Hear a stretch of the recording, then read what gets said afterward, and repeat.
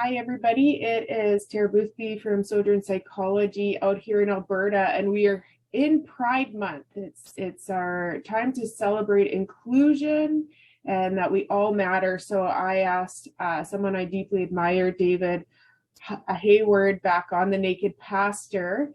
And David was a great guest. I think it was in the fall time. Who knows? No concept of time. But David, so The Naked Pastor, hi. Can you let everybody know again, how did this sort of evolution of the Naked Pastor take place in your life? Hi, everybody. So I started a blog in 2005. I eventually landed on the name Naked Pastor. I was a pastor at the time. And I just wanted people to see behind the scenes, with no adornment. I wanted them to see behind the curtain, see what really, really honestly goes on in the life of a pastor. So when I was blogging, I was basically just being very, very honest and real, vulnerable, transparent, honest. And one day I just decided to try cartoons as a means of expressing myself, and they took off. And about 5 years later, 2010, I left the ministry. My blog probably had something to do with that. And I ended up, long story short, putting all my effort into Naked Pastor as a cartoonist, writer, speaker, artist. And it just took off. I can't explain it, but a lot of people love my cartoons, and But and that just in itself is such a nice reminder for people that just being yourself mm-hmm. and exploring your own humanity and inviting everybody else along for the ride. Yeah, that really brought you into the fullness of this beautiful thing you get to do. So I follow you on Instagram. I get to see your cartoons every day. They make me think. And it's a beautiful, beautiful testimony. So you have, I guess, who's your tribe? Like, who are you really trying to uphold here? The world. No, it's so diverse. I mean, there's LGBTQIA plus, straight, many different colors, many different countries and languages, many different belief systems. Like, people are everywhere on the spectrum, from church-going, believing pastors to full-on atheists, everything in between. Imams, rabbis, priests, it's just crazy, the diversity. And I think it's kind of cool because that's what I'm about. I'm all about diversity, that we all belong. See, and this ties in with Pride Month. It's Pride Month right now, as you mentioned.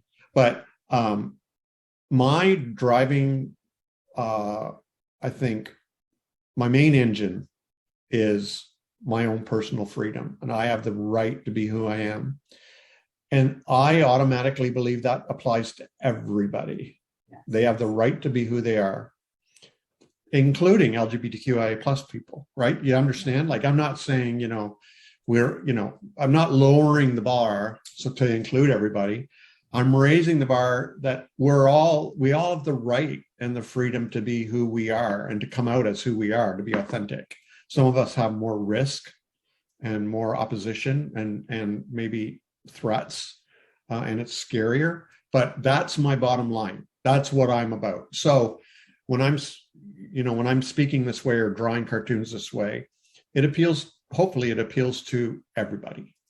Yeah, I think so. And what I think it is, when you talk about the following that you have, or I'm sure the little letters you get or comments of all these different types of people, is here is a person named David, mm-hmm. who has a story of risk, pastor starting to put these, thought-provoking, controversial images out.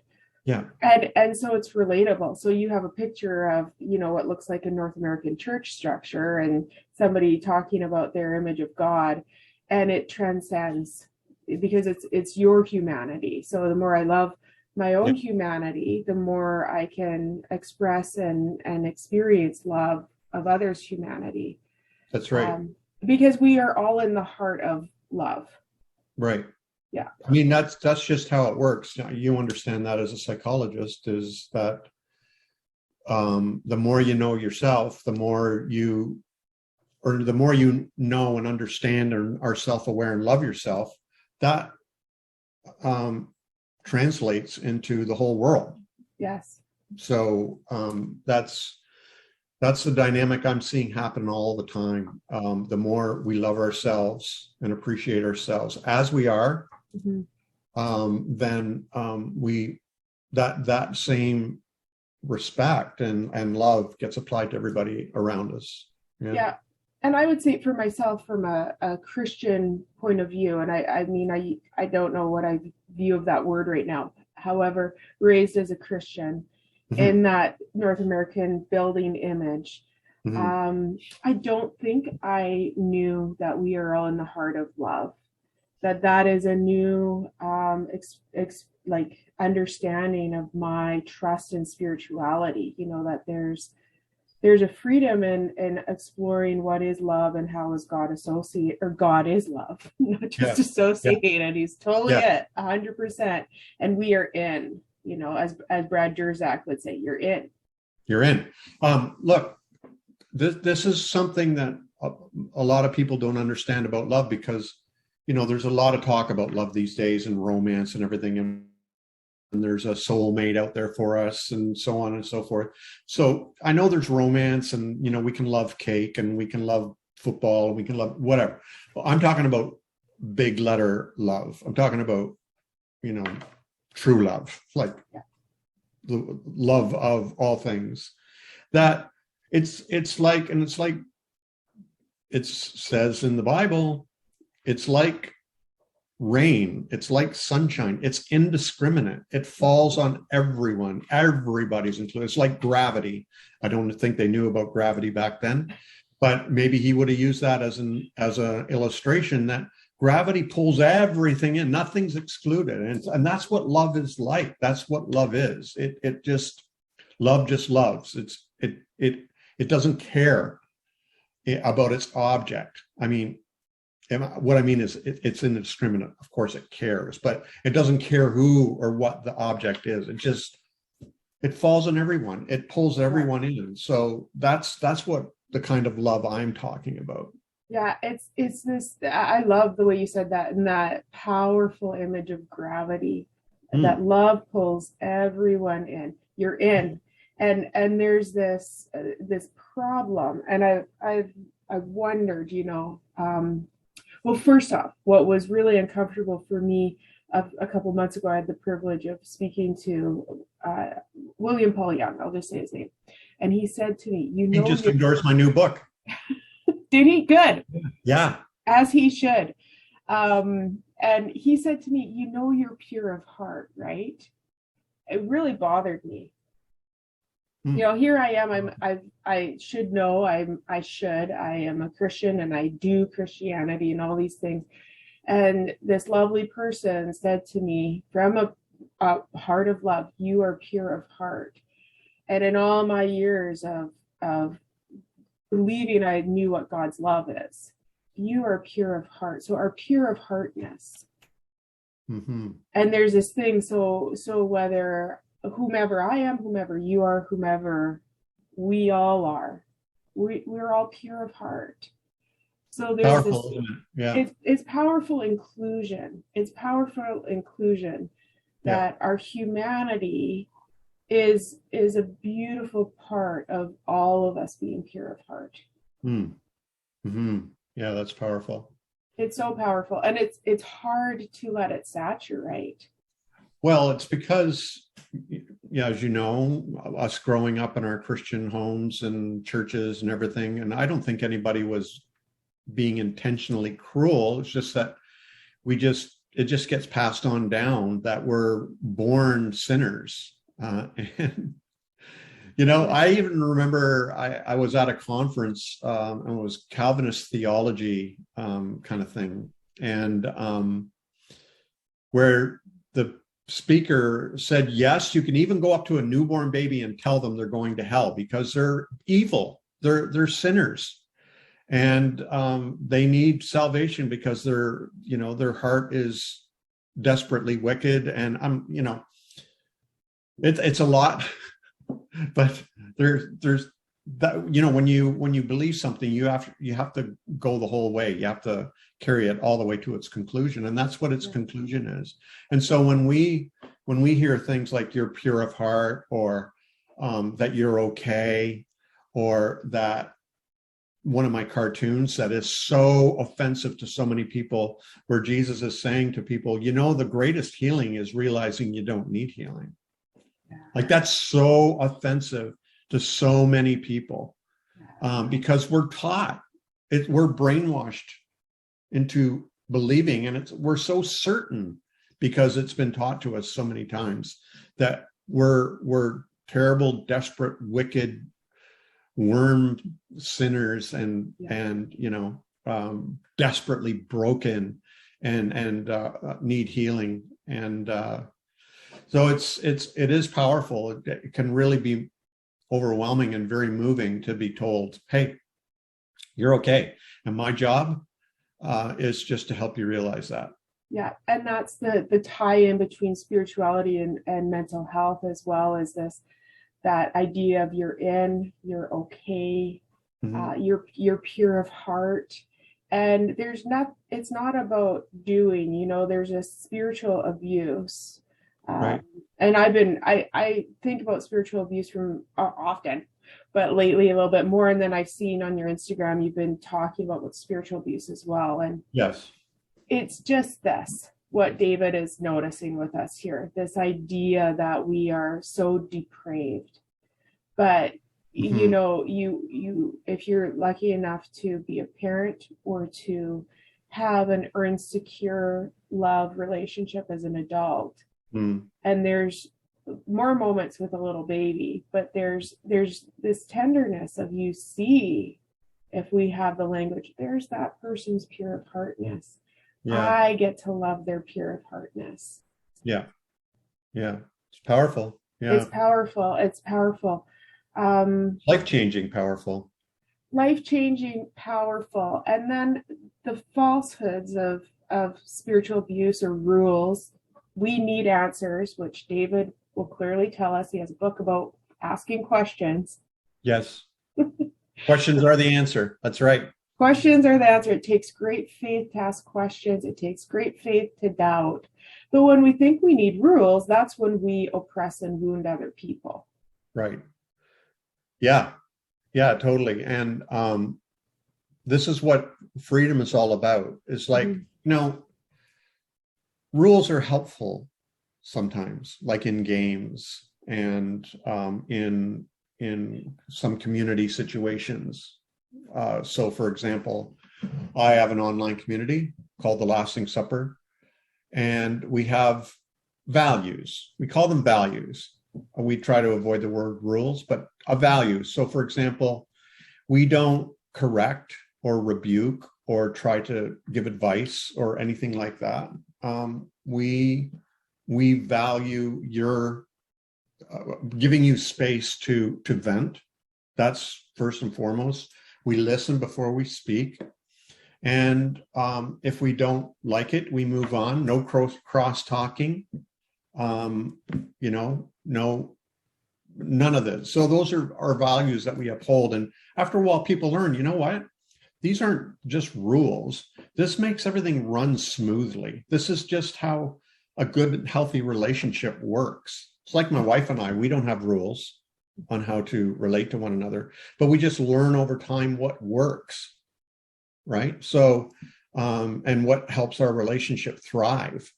And I'm not going to call them rules, they're values. So, for example, if Lisa's sad and venting, let's say, I don't interfere. I let her speak. I don't interrupt her. I give her space, right? Same with me, with her, and so on. That's not a rule.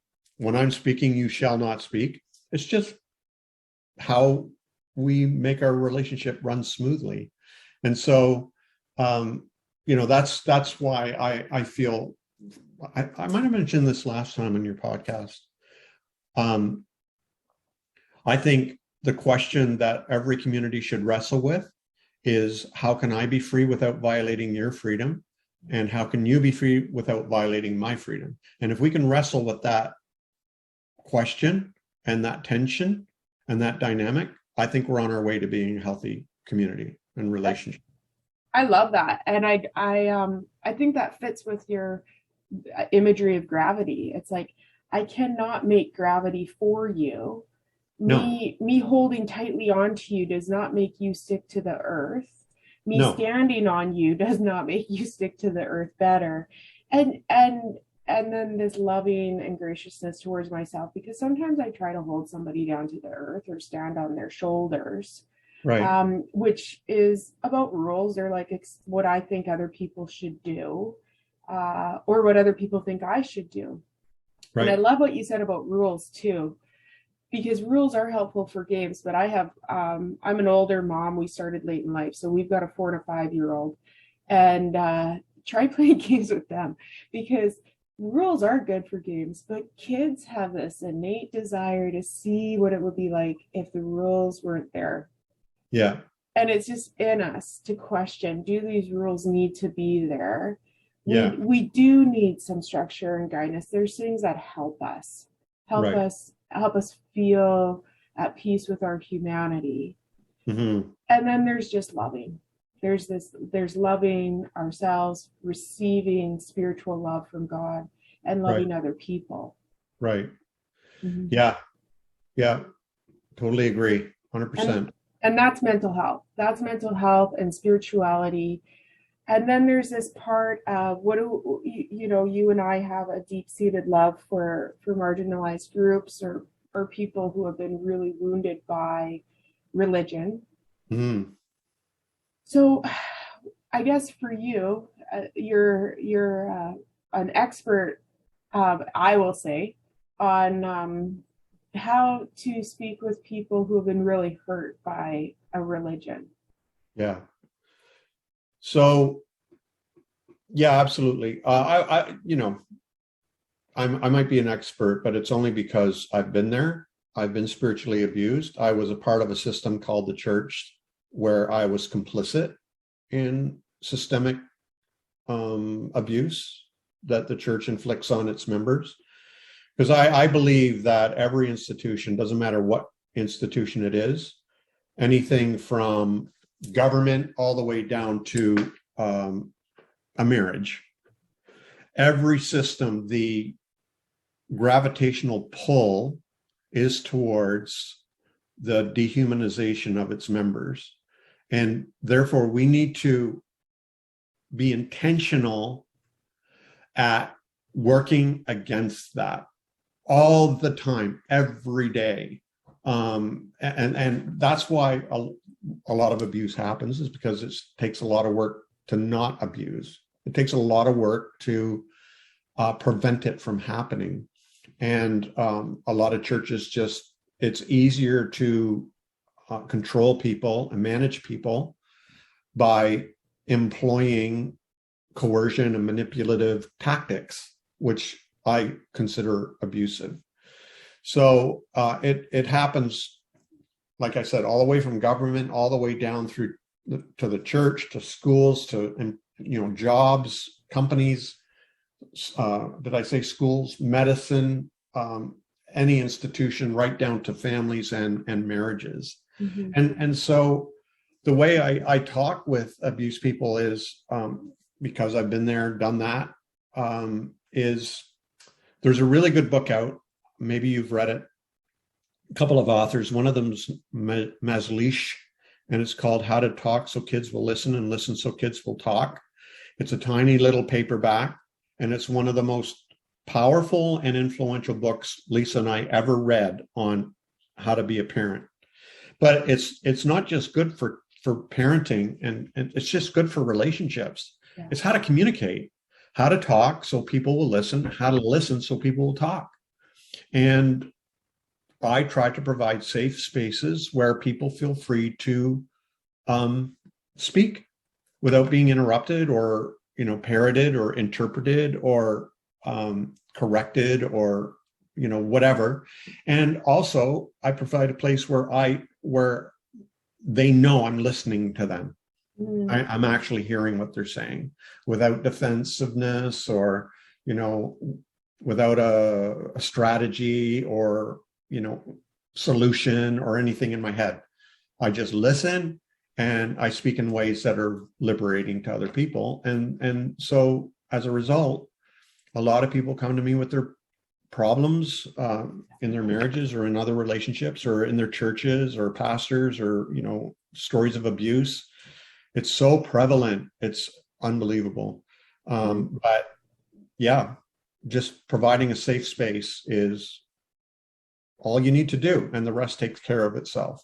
Yeah, that's beautiful. That's lovely. And I think, I was discussing contemplation with a colleague last week, and one of the powerful truths that you're saying, and it's true with contemplation, is just listening. Yeah. And so if we're open to understanding how to be with people better, how to just have relationships, friendship for the sake of friendship. Yeah. I don't have to hold you down to earth. Gravity's going to do that. I don't have to put you in the heart of love. You're already there. Right. I'm just listening. Yeah. And so if anybody's been privileged enough to be a part of a listening circle where we're just listening. Yeah. And that's the true privilege, is like, I am just hearing and allowing myself to be changed by one other, or more than one other if possible. Well, Lisa and I, when I keep saying Lisa, for those who don't know, Lisa's my wife, and we have 3 kids and they're all adults now and doing very well. And we're best friends. Like if any of us were to choose who to hang out with, it would be us as a family. And it's wonderful. But early in our parenting life, Lisa and I actually had to sit down and talk about, oh my God, how are we going to do this? Like, this is freaking us out. It's scary, especially when they were entering in their teen years. And I would never want to live that again. It was exhausting. But we had to sit down and figure out, okay, are we going to impose our values on them, or are we going to allow them to discover how to be themselves, and us to provide a safe space for that to happen, where Joshua, Jesse, and Cecile can learn how to be themselves, but we're going to provide a supportive environment, a safe space for them to do that. Sure, we're going to try to protect them from harm if they can't see something harmful in the way, like we would pull a hand of a child away from a fire or whatever, something like that. But so we had to send, and I remember Lisa saying to me, I would much rather maintain a relationship with our kids than be right. Yes. And we know a lot of parents who chose to be right and lost relationship with their kids. And we didn't want that. We wanted to maintain a relationship with our kids no matter what. And it worked. Yeah. It actually worked where, they went through a whole lot of shit. I'm sorry, maybe I shouldn't say that. If you need to edit that out, I'll repeat that. Shit happens. Shit happens. So if they had to go through a whole lot of struggle and strife and pain and sorrow and all this and trouble, all this kind of stuff. Like, I kid you not, the police knew our address because of our kids. And now, do I agree with that? Do I want that ever to happen again? No, but our kids learned on their own how to be responsible citizens and responsible adults, and they are now, and they're all wonderful people. And we have the greatest relationship with them just because we provided a safe space for them to be themselves and trusted them with their own lives. And so I thought, if it works for our kids, it must work with other people too. And I was a pastor at the time. And so I actually started, listen, guys, I'm no longer your driver. You each are your own drivers. You're responsible for your own lives. Let's figure out how to do this together. And it made for a wonderful community and filled with incredibly interesting people. Oh, yeah. Yeah. Because we are interesting people. We are. And Very. the more we can hear and learn about humanity and our human experience, that is a spiritual experience, and that is a part of giving our brains some relief, cooling Yep. down hot brains, and mental health promotion. What you're talking about too, David, is really the science of attachment. And John Bowlby will say that mommy or daddy or our primary caregiver or somebody Uh-huh. is first available. Hey, here I am, I'm David, I'm available. Yep. And then every once in a while, if need be, I'll intervene a bit. There's places where it's helpful for somebody to not necessarily try to hold us down to earth, but to say, hey, I don't know if that's working for you. Uh-huh. So that intervention, and of course with parenting, we get more frightened and we might say it more loudly, like we have mom voice or dad voice. Yeah. But the more we love people, the more we might be frightened when we're available and we want to intervene. Yeah. But then if we make mistakes with people, and this is what Pride Month is about, Yeah. repair. Like we have capacity to repair, and repair means really, like David saying, let's get slow and let's be available. And if Yeah. we can listen, especially if I'm the offending person, Uh-huh. it's hard to be slow and to listen. But that's where this spiritual experience of trusting we're in the heart of God, in the heart of love. We're all in the same heart of love. Yeah. And even though I might have made a mistake, or someone else, if you made a mistake with people, you are in the same heart of love as everybody else. That's right. We're Yeah. all in. We're all in. Yeah. Yeah. And the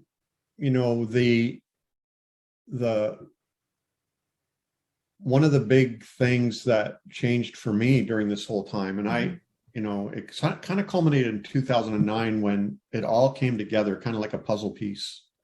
The final puzzle piece of a 1,000-piece puzzle just kind of clicked in place. And I saw that we're all one, we're all united at a deep and fundamental level. Love connects it all. And I just know that to be true. And peace of mind never left. It's always there. And so it's genuine.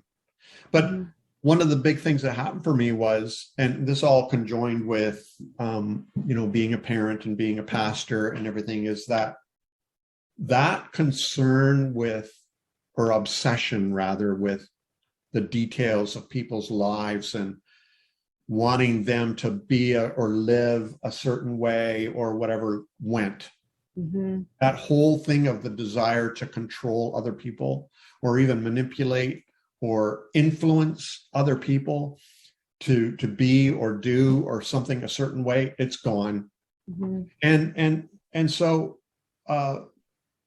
it's like I don't care, but it's that's a compassionate thing. So with my kids, for example, that concern about them remaining Christian or them staying close to us or them getting a certain kind of a job or them being straight or gay or whatever, or them having certain kind of friends, or them being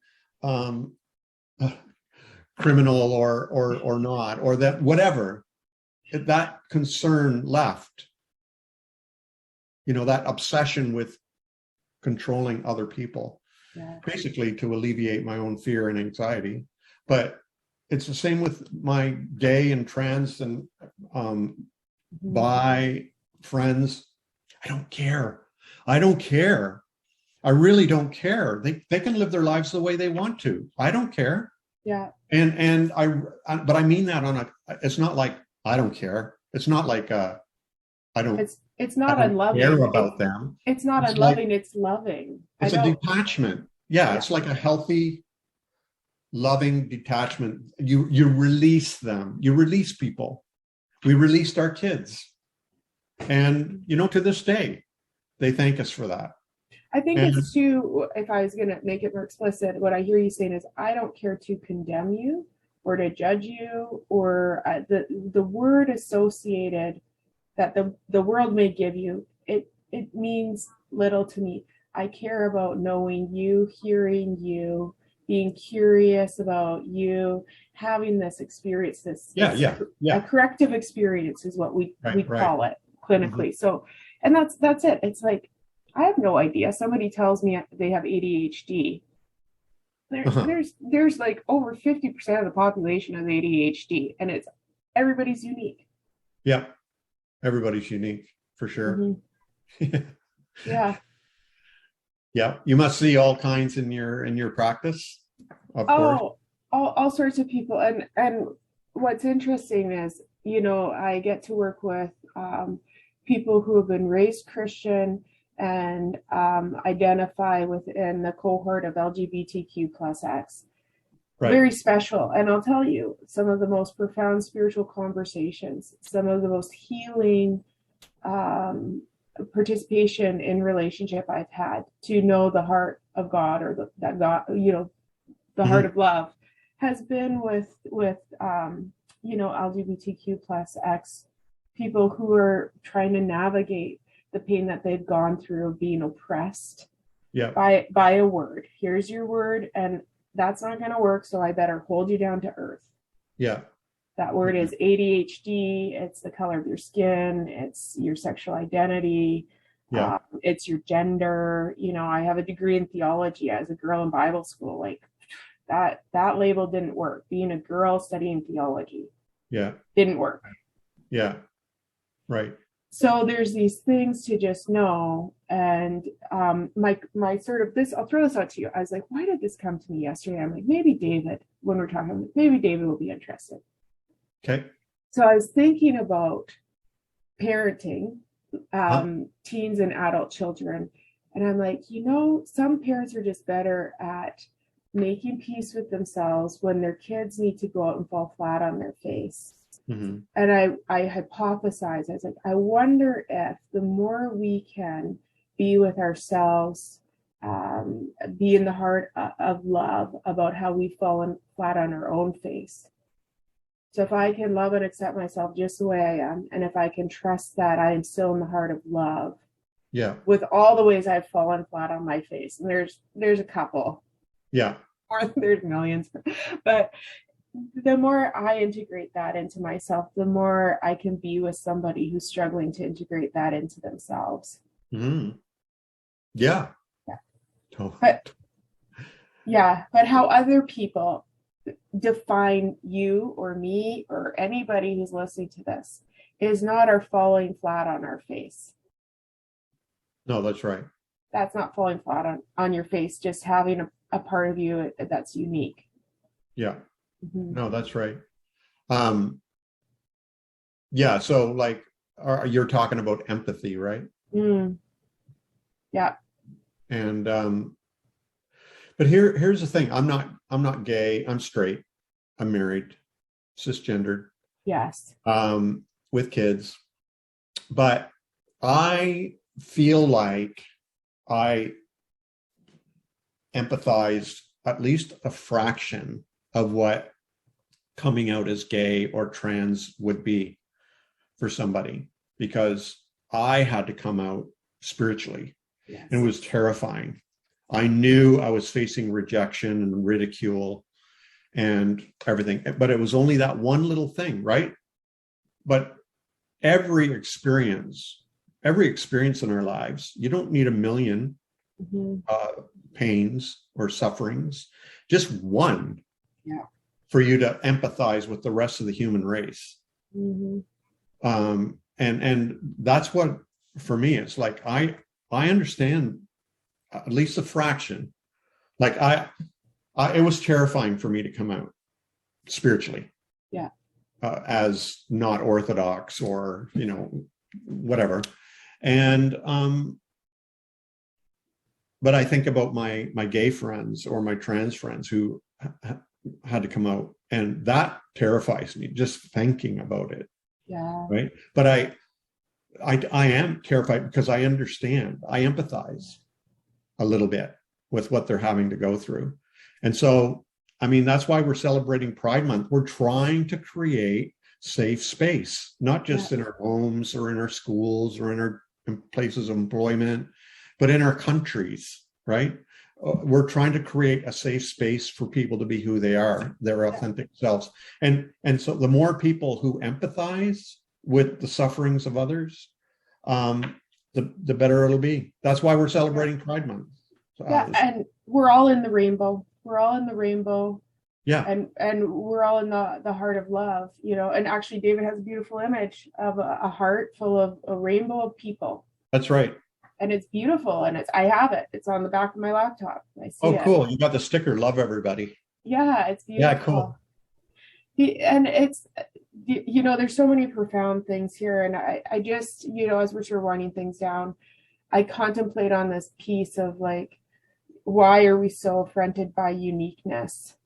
And it is a spiritual problem. You know, when we are affronted by someone else's uniqueness, we risk mental unwellness for ourselves and that person, because we have uniqueness. That's our humanity. But the spiritual dilemma is, somehow when we live in a society that's based on rules, and the heart of love is not religion, and it is not economy, and it is not politics. The heart of love is love. But when we live within those rules, we lose awe. Yeah. You know, so my little ones will like, let's play a game, and they're going to test the rules, and they're going to do these different things because it's awesome. You know, it's so awesome. Yeah. Years ago, when I was a country pastor, I raised chickens. And I remember one spring, they said, the chickens are ready, come and get them. So I went in and bought something like 25 chicks, these tiny little yellow balls of fluff. And I brought them home, and I put them under a lamp in my basement for a few days. But one of the chicks had a little red freckle on one of its feet. Yeah. And the other chicks picked that poor little chick to death. Literally, they killed it just because of that one uniqueness.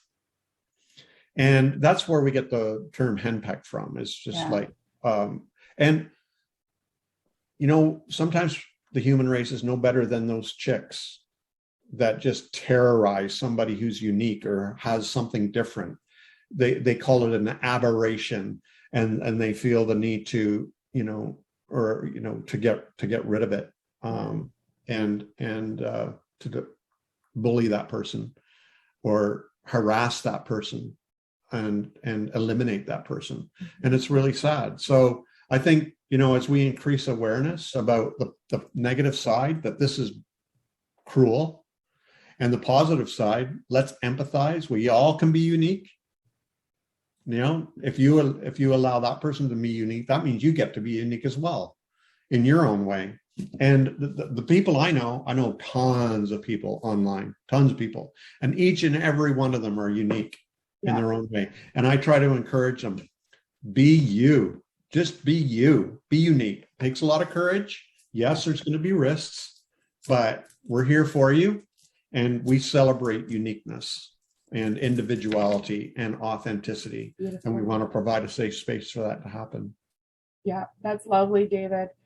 You know, it's interesting because when I hear you talk about the chickens, and then I'm thinking about my little guy, he's 4, and he lives in a world of awesome. Yeah. And he will say, I just saw something with my magic eyes.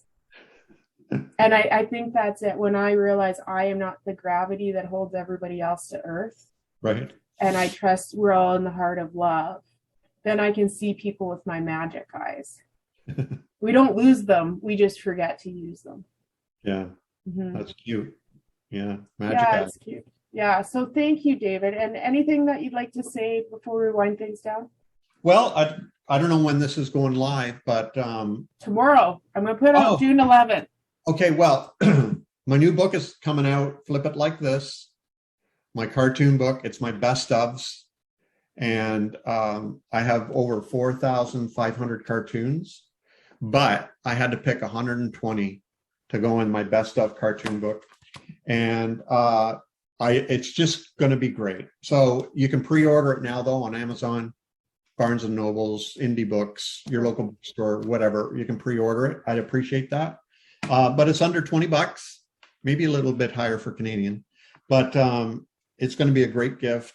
Something you can leave on your coffee table, in your bathroom, in your guest room, accidentally at your parents or your enemies or your pastors. So that's all I wanted to mention. That's amazing. So I will put links below for all of David's wonderful things, his online community, his Instagram, and the book information. And thank you again, David. And I truly hope that people who have listened that just hear David and Mai's just love, that we trust in love, we seek to experience it, and this is just about us wanting to love everyone who's celebrating Pride. Yep. Happy Pride. Happy Pride. You're beautiful.